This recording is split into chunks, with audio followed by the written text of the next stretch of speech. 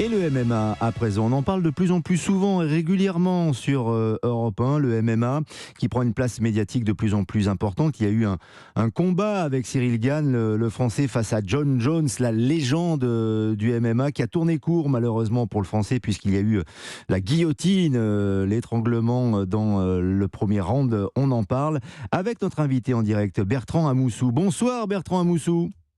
Bonsoir à tous. Merci d'avoir accepté notre invitation. Vous êtes le directeur du développement du Jiu-Jitsu à la Fédération française de judo, consultant UFC et, je le rappelle aussi, le premier combattant français de MMA. C'était il y a quelques années, Bertrand Amoussou, mais vous avez un regard très aiguisé et très expert, évidemment, sur ce sport.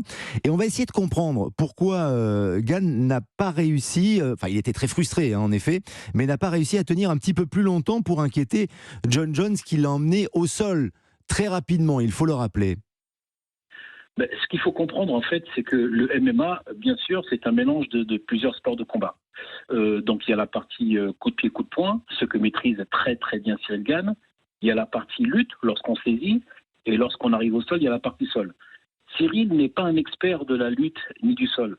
Et malheureusement, depuis qu'il a démarré le MMA il y a 4 ans et demi, c'était en août 2018, il n'a pas mis beaucoup d'efforts pour travailler dans ces distances de combat.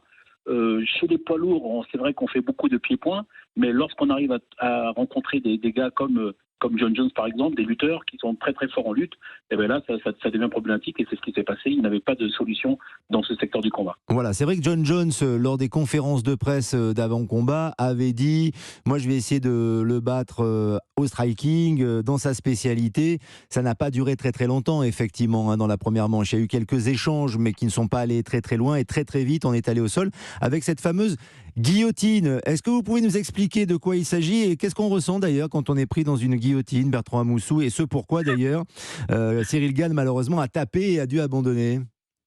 Une guillotine, c'est un étranglement qu'on fait en entourant le bras autour de la tête de son adversaire. Donc ce qu'on ressent, c'est que tout d'un coup on n'a plus d'air parce qu'on est étranglé. Alors il y a plusieurs formes d'étranglement. Il y a l'étranglement respiratoire lorsqu'on appuie sur la glotte et le sanguin lorsqu'on appuie sur les carotides à droite ou à gauche. Là, c'était plutôt appuyé sur la glotte. Donc c'est très, très désagréable. Mais il y a des solutions techniques pour sortir. Et pour sortir de ce genre de technique, il faut le pratiquer.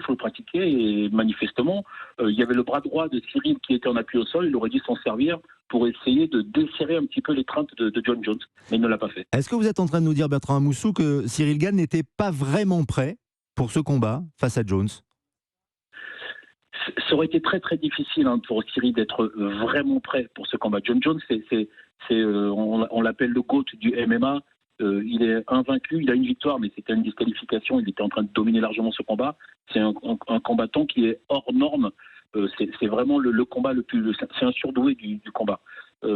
Préparer Jon Jones, ça se fait pas une fois l'annonce du combat. C'est quelque chose, lorsqu'on est champion comme Cyril, qu'il faut avoir préparé depuis bien longtemps. Et lorsqu'on arrive sur Jon Jones, on fait une préparation un peu plus spécifique. Là, c'était trop compliqué. J'aurais espéré qu'il dure un peu plus longtemps, qu'il essaie de rester debout pour essayer de perturber un petit peu Jon Jones, mais malheureusement, il n'a pas réussi. Il n'a pas réussi, et comme vous le disiez très rapidement d'ailleurs, Bertrand Amoussou, c'est la lutte qu'il faut que Cyril Gane, c'est encore possible, qu'il travaille pour essayer d'avoir cette fameuse ceinture UFC, cette ceinture de champion du monde. D'ailleurs, c'était un conseil que lui donnait Khabib Nurmagomedov il y a quelque temps, légende là aussi du MMA et qui connaît bien particulièrement la lutte. 29 victoires, 0 défaite dans sa carrière. C'est le Daghestan, le Dagestanais qui s'entraîne avec les ours notamment. Écoutez ce qu'il disait il y a quelques mois au sujet de Cyril Gane pour qu'il puisse progresser et remporter la ceinture.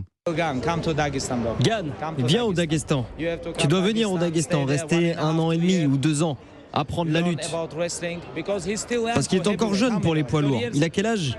30 ans, quelque chose comme ça. Il est encore jeune. Il doit venir au Daghestan, rester quelques mois, apprendre comment lutter au sol, apprendre à défendre. Parce qu'en France, où est-ce que vous apprenez la lutte? C'est une grosse différence. Il doit venir apprendre au Daghestan, car nous avons beaucoup de poids lourds qui pourraient lutter avec lui. Il doit progresser en lutte et après quelques années, ce sera un vrai champion.